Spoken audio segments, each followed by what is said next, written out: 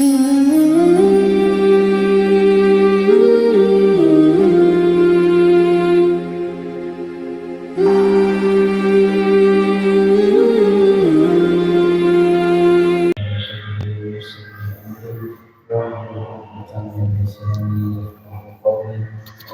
ربي زدنا علما وارزقنا فهما اللهم علمنا ما ينفعنا وانفعنا بما علمتنا برحمتك يا أرحم الراحمين.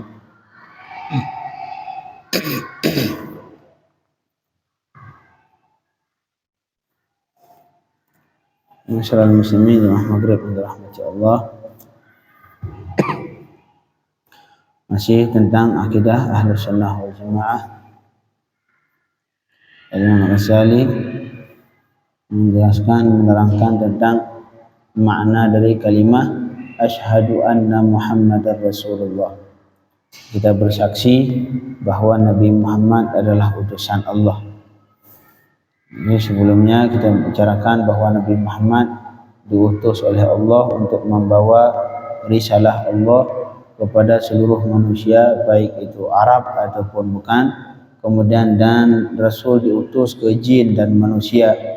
Ini bukan manusia doang, termasuk ke jin. Kemudian Rasul Allah menghapus seluruh syariat sebelumnya dengan syariat Rasul kecuali beberapa syariat yang ditetapkan. Kemudian Allah melebihkan Rasul terhadap seluruh Nabi, dan Allah menjadikan mencegah sempurna iman seseorang dengan mengucap la ilaha illallah doang sebelum dia mengucap meyakini syahadah Muhammadur Rasulullah. Makanya seseorang ketika masuk Islam harus dua yang diucapkan, asyhadu an la ilaha illallah wa asyhadu anna Muhammadar Rasulullah. Kemudian Allah mewajibkan seluruh makhluk untuk mempercayai, untuk membenarkan seluruh yang dikhabarkan oleh Rasulullah sallallahu alaihi wasallam, baik itu dalam masalah dunia, dalam urusan dunia ataupun dalam urusan akhirat. Kemudian Imam Al-Ghazali melanjutkan hal yang harus kita yakini pada Rasul sallallahu alaihi wasallam. Kata beliau, wa annahu la yataqabbalu imanu 'abdin hatta yu'mina bima akhbara anhu ba'dal maut. Dan sesungguhnya tidak diterima iman seseorang sehingga dia meyakini tentang apa saja yang dikhabarkan oleh Rasul yang menyangkut setelah meninggal. Islam ini sempurna dari segi bisa memberitahu tiga hal. Yang pertama, sesuatu sebelum kita hidup. Semua hal yang terjadi sebelum kita hidup, dari masalah penciptaan langit, penciptaan bumi, diciptakan ruh, kemudian bagaimana Allah menyaksikan, bagaimana Allah meminta persaksian kita dulu ketika di alam ruh. Jadi semua dijelaskan oleh Allah dalam Al-Quran dan dalam hadis Rasulullah. Jadi apa saja yang terjadi sebelum kita diciptakan, Allah disebut, semuanya jelas dalam Islam. Kemudian apa saja yang terjadi setelah kita lahir sampai kita meninggal, semua diterangkan dalam Al-Quran. Apa saja yang harus dilakukan, apa saja yang tidak boleh dilakukan, apa saja yang sunnah untuk dilakukan. Semua disebutkan bagaimana tata cara menjalani kehidupan. Begitu juga Allah menjelaskan dalam Al-Quran lewat perantara Rasulullah sallallahu alaihi wasallam tentang apa saja yang akan terjadi mulai dari ketika meninggal sampai waktu di saat tidak ada lagi waktu. Abadal abidin, semua disebutkan oleh Allah. Dan kata Imam Al-Ghazali, wa annahu la yutaqabbal, tidak diterima iman seseorang hamba Allah sehingga yu'mina bima akhbara anhu, sehingga dia meyakini apa saja yang dikhabarkan oleh Rasul tentang hal-hal yang terjadi dari setelah meninggal. Apa saja yang terjadi setelah meninggal, semua dari masalah mungkar, nakir, alam barzakh, apa saja yang terjadi dalam kubur, semua wajib kita yakini. Baru kemudian beliau menyebutkan apa saja yang terjadi setelah meninggal. Wa awwaluhu su'al munkarin wa nakir. Yang pertama terjadi setelah kita meninggal, setelah kita dimasukkan dalam kubur, yaitu pertanyaan mungkar dan nakir. Nah, ini harus kita yakini. Wajib kita yakini tentang pertanyaan malaikat mungkar wa nakir. Wa huma syakhsani mahibani haila. Ini mungkar wa nakir, dua malaikat mahiban yang memiliki wibawa, yang ditakutkan. Mahiban haila, berdua beliau ini adalah dua malaikat yang sangat ditakuti. Yuq'idanil 'abda fi qabrihi sawiyah. Mereka antar kita dalam kubur didudukkan sama malaikat mungkar wa nakir dalam keadaan sempurna.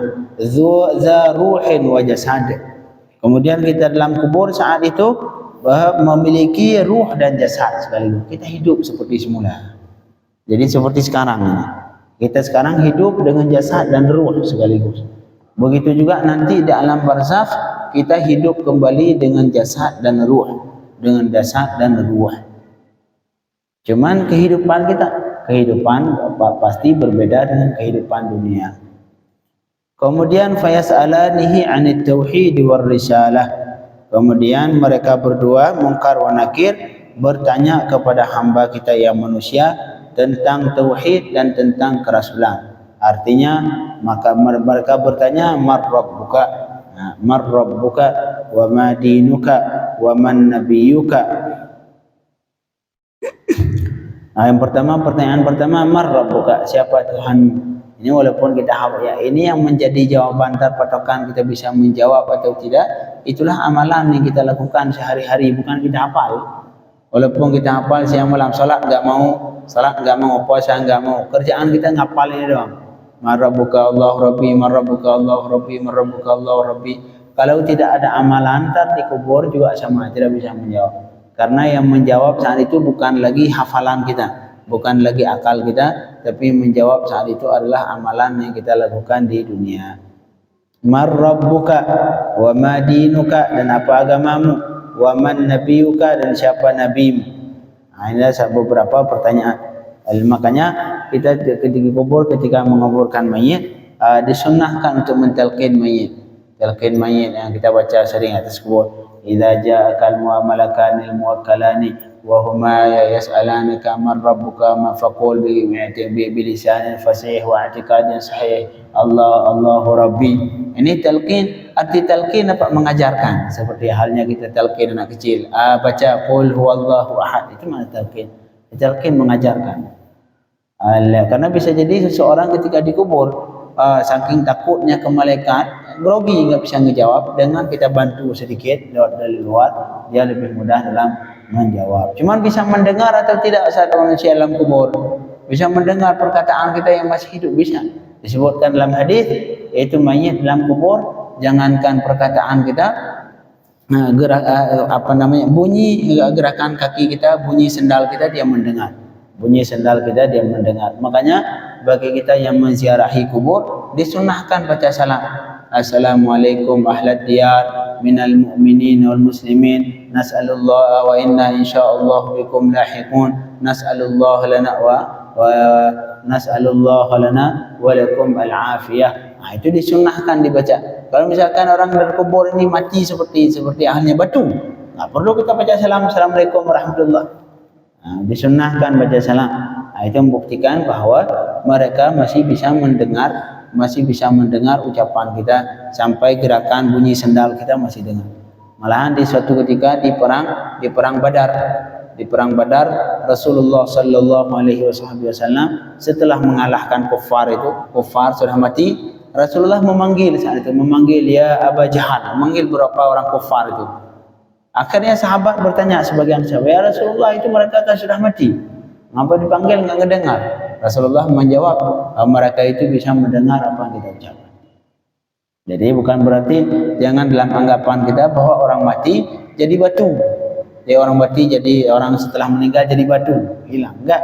Orang setelah meninggal masih bisa mendengar apa saja yang kita ucapkan, tapi mereka dalam cuman alam yang berbeda. alam doang, antara alam kita dengan alam mereka yang berbeda, tapi mereka masih hidup, mereka memiliki ruh dan memiliki jasad. Dan sunnah walaupun hadisnya hasan, hadis talqin mayit itu ada hadisnya, walaupun hadisnya hasan, tapi sunnah hadisnya hasan, sunnah dilakukan.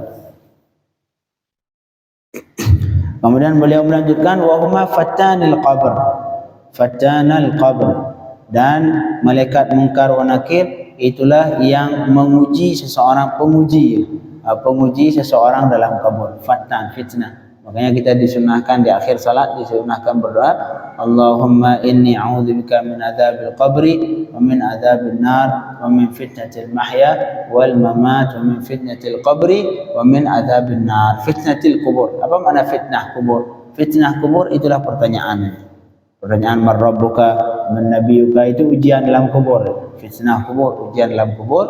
Sunnahkan kita membaca doa di akhir salat dengan tujuan supaya mudah dalam menjawab pertanyaan mungkar wa nakir. Kemudian wa su'aluhuma awwalu fitnatin ba'dal maut, dan pertanyaan mungkar wa nakir adalah fitnah yang pertama setelah meninggal. Setelah meninggal, ujian yang pertama yang akan kita hadapi adalah pertanyaan mungkar wa nakir. Itu yang pertama yang harus kita yakini, bahwa ini semua kita yakini karena ini dikhabarkan oleh Rasulullah. Kenapa kita harus meyakini adanya malaikat mungkar wa nakir? Karena ini yang diceritakan, yang dikhabarkan, yang diberitahukan oleh Rasulullah sallallahu alaihi wasallam, dan semua yang bersumber Rasulullah wajib kita yakini kebenarannya. Kemudian beliau melanjutkan wa ayyumina bi'adzabil qabri, dan kita harus beriman dengan azab kubur. Harus beriman dengan azab kubur, karena azab kubur juga disebutkan oleh Rasulullah baik dalam Al-Qur'an. Ada dalam Al-Qur'an ketika Allah mengatakan yang kita sering kita baca, wala nudziqannahum min adzabil adna dunal adzabil akbar. Wala nudziqannahum min al-adzabil adna dunal adzabil akbar. Ini al-adzabil adna, ulama tafsir mengartikan artinya azab kubur. Azab kubur. Begitu juga di ayat yang lain Allah mengatakan tentang Fir'aun, wa yaumal qiyamati adkhilu ala fir'auna asyaddal azab. Sebelumnya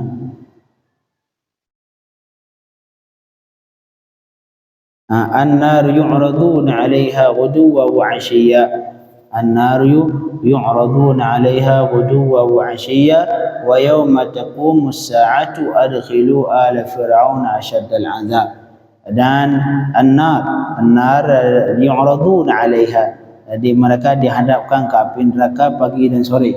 Ini artinya azab kubur. Dan Allah melanjutkan, dan ketika datang hari kiamat adkhilu ala fir'aun, masukkan keluarga Fir'aun dalam azab yang sangat pedih. Artinya ini beberapa ayat yang menjelaskan tentang azabul qabr. Makanya wajib kita yakini tentang azab kubur. Walaupun ada sebagian umat Islam tidak meyakini azab kubur, tidak ada azab kubur kata mereka. Karena sebagian mereka berdalil setelah meninggal, azab itu setelah di hari kiamat. Sebelum kiamat belum ada azab. Karena kita dibalas balasan dan semua kelakuan kita, baik itu kelakuan yang baik ataupun kelakuan yang tidak baik, balasannya semua nanti di hari kiamat. Makanya bagi mereka enggak meyakini enggak ada azab kubur. Tapi tidak, harus kita dalam i'tiqad Ahlus Sunnah wal Jamaah wajib meyakini adanya azab kubur, dengan seperti tadi ayat-ayat beberapa ayat yang kita baca tadi yang menunjukkan tentang adanya azab kubur. Makanya wa ayyumina bi'adzabil qabri, dan wajib kita yakini tentang azab kubur.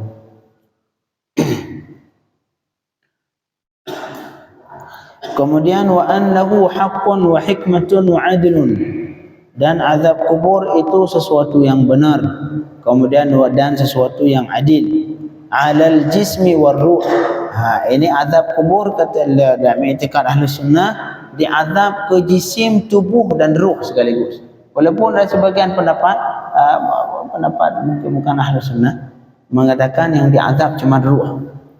Ahli sunnah tidak, yang diazab jisim, tubuh dan ruh sekaligus. Tubuh dan ruh. Ala ma yasha, sesuai yang dikehendaki Allah Subhanahu wa taala.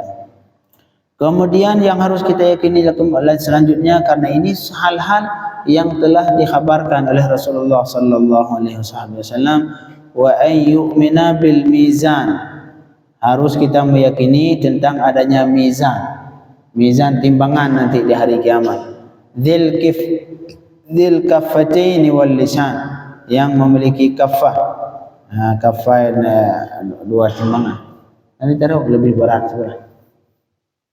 Wal lisan dan memiliki lisan. Jadi mizan di hari kiamat. Kemudian wasifatu, dan bentuk fil azmi fil annahu mithlu tibaqis samawati wal ardh, dan bentuknya besarnya agungnya mizan nanti di hari kiamat seperti lapisan langit dan bumi.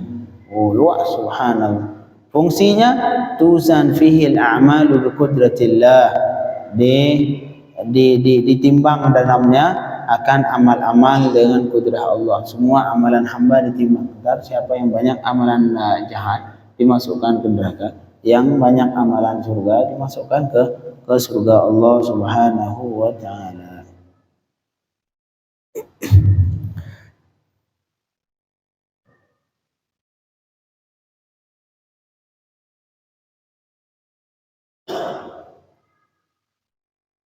Itu mizan. Dan juga selanjutnya wa ayyumina bi anna sirata haq, kita harus yakini juga bahwa as-sirat itu benar, ada sirat di hari kiamat. Ini juga hal yang dikhabarkan oleh Rasulullah sallallahu alaihi wasallam. Wa huwa jisrun, sirat ini artinya jembatan. Jisrun mamdudun ala matni jahannam, adalah jembatan yang terhampar, yang memanjang di atas neraka jahannam. Ahaddu minas sayf, itu sirat tadi lebih tajam dari pedang, kecil, lebih tajam dari pedang.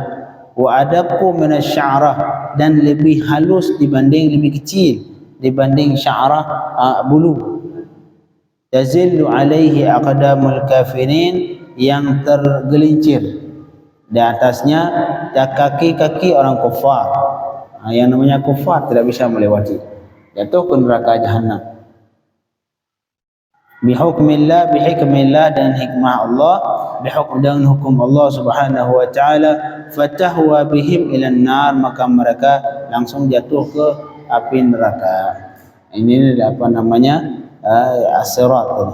Wa tathbutu alaihi aqdamul mu'minin bifadlillah, dan akan tetap di atasnya kaki-kaki mukminin dengan karunia Allah. Jadi kita yang mukmin insyaallah semua tetap di atas sirat, jembatan yang terdapat di atas neraka jahannam. Insyaallah kita tetap semua sampai melewati fayusaquna ila daril qarar, maka kita dibawa semua ke daril qarar, yaitu surga Allah Subhanahu wa taala. Ini as-sirat. Kemudian yang harus kita yakini juga wa ayyumina bil haudil mawrud, kita harus meyakini dengan haud al-mawrud. Haud ini kolam. Wa haudi Muhammadin sallallahu alaihi wasallam. Jadi haudil mawrud adalah haud, kolamnya Rasulullah sallallahu alaihi wasallam. Yashrabu minhul mu'minun, yang orang mukmin bakal minum darinya sebelum masuk surga dan setelah melewati sirat. Jadi setelah sirat, jembatan tadi, setelah lewat, kita enggak jatuh ke neraka jahannam.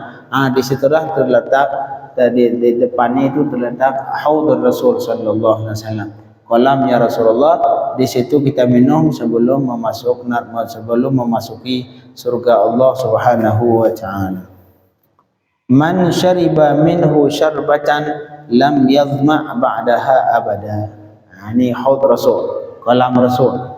Siapa saja yang minum darinya, cukup sekali minum saja, seteguk doang, lam yadhma' ba'daha abada, tidak bakal haus setelahnya selama-lamanya. Cukup seteguk doang minum dari kolam Rasulullah, tidak bakal lagi haus selama-lama. Yang luas kolam, arduhu, lebarnya masiratu syahrin, lebarnya seukuran perjalanan sebulan. Kira-kira berapa kilo kalau perjalanan sebulan? Nah, itulah lebar kolam tadi.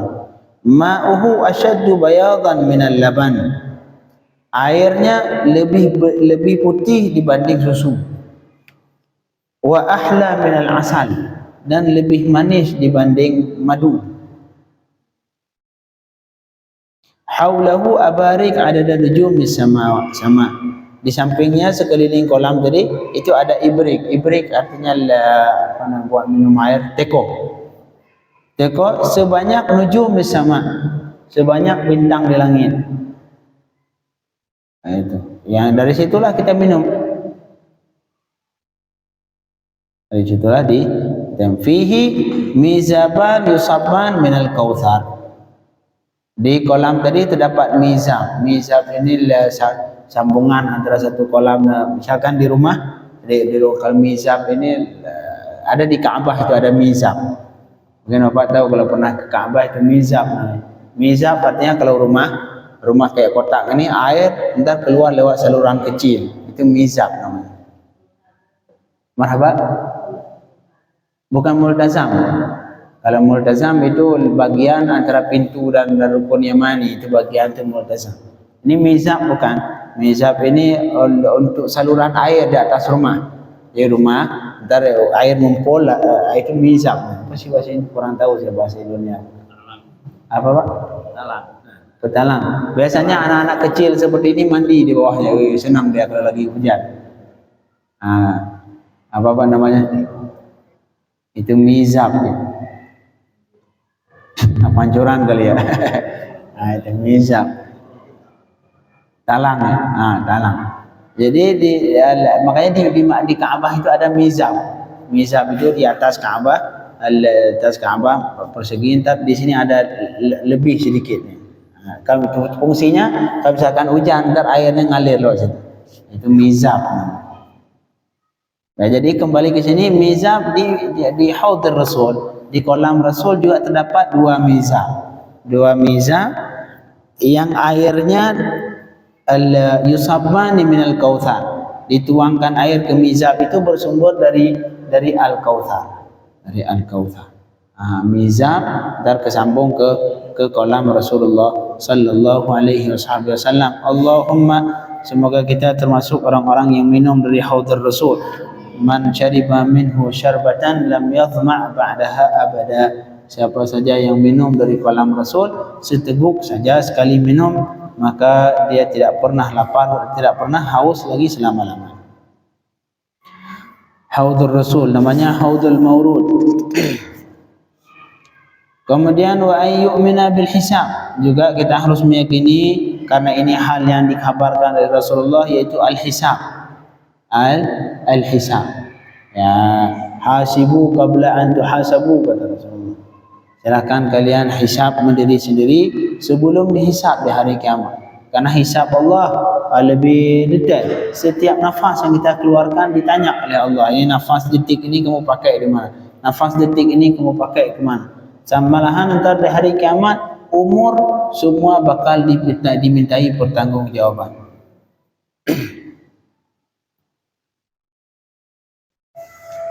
Wa tafawutil nasi fihi ila munaqashin fil hisabi wa ila musamahin fi.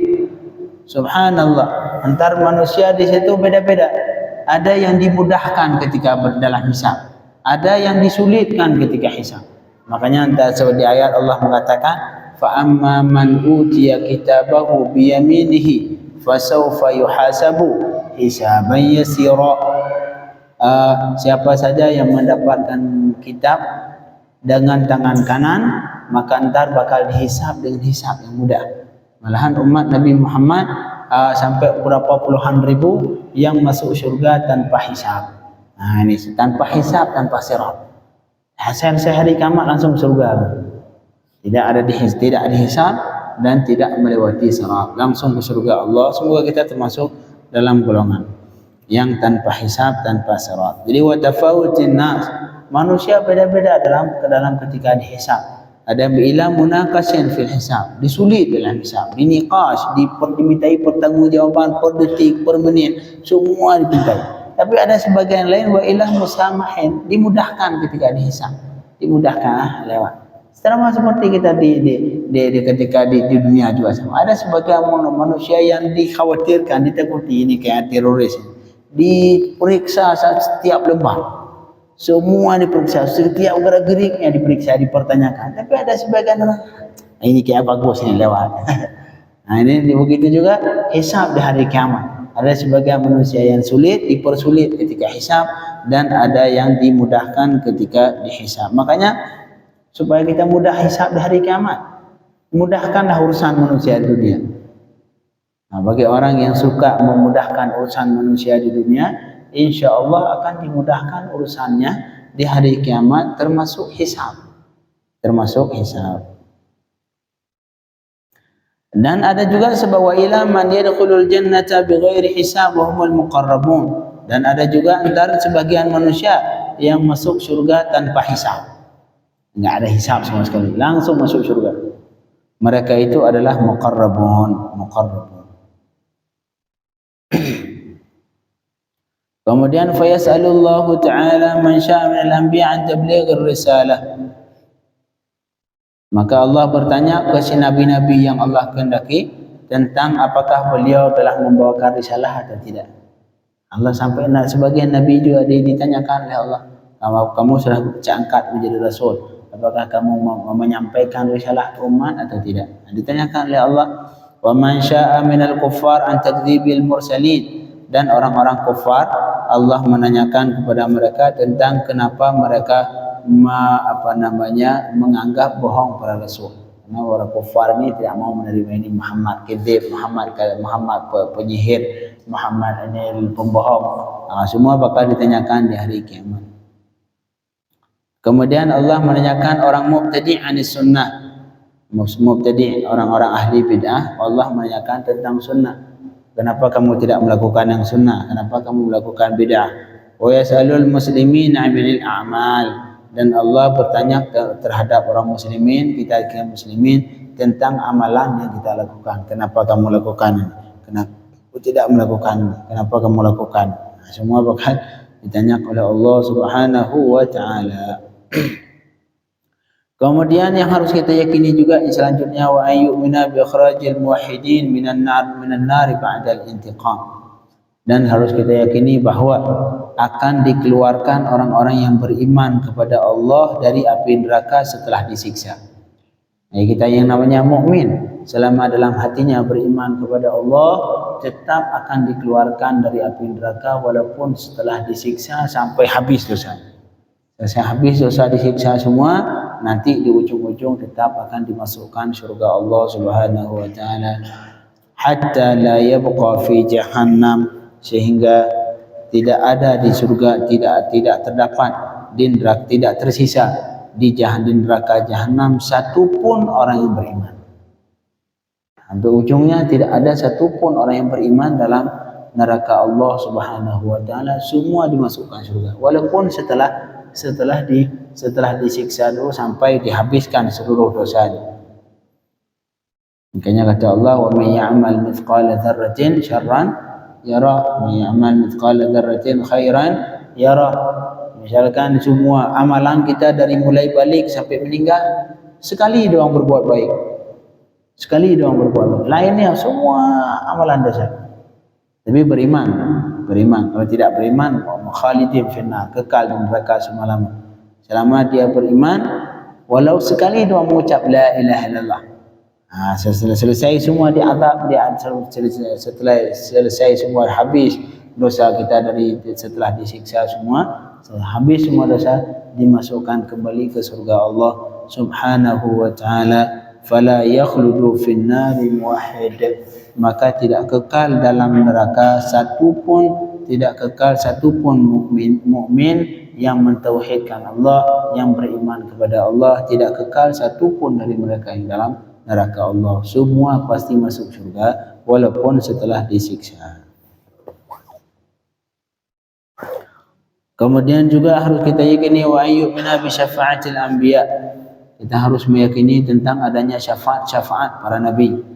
Syafaat para nabi, karena para anbiya dapat memberi syafaat kepada umatnya, kepada orang-orang yang beliau kehendaki, dan setelah mendapatkan izin dari Allah Subhanahu wa taala. Kata Allah, ya'lamu ma baina aydihim wa ma khalfahum wa la man dzalladzi yashfa'u 'indahu illa biiznih. Siapa yang bisa memberi syafaat di sisi Allah kecuali orang-orang yang mendapatkan izin dari Allah, termasuk para rasul, para anbiya, para rasul, para anbiya, para ulama, para syuhada, itu nanti bisa memberi syafaat ke kaumnya setelah mendapatkan izin dari Allah Subhanahu wa taala. Insyaallah bisa kita lanjutkan, kita selesaikan tentang hal-hal yang menyangkut dengan perkara yang terjadi setelah meninggal.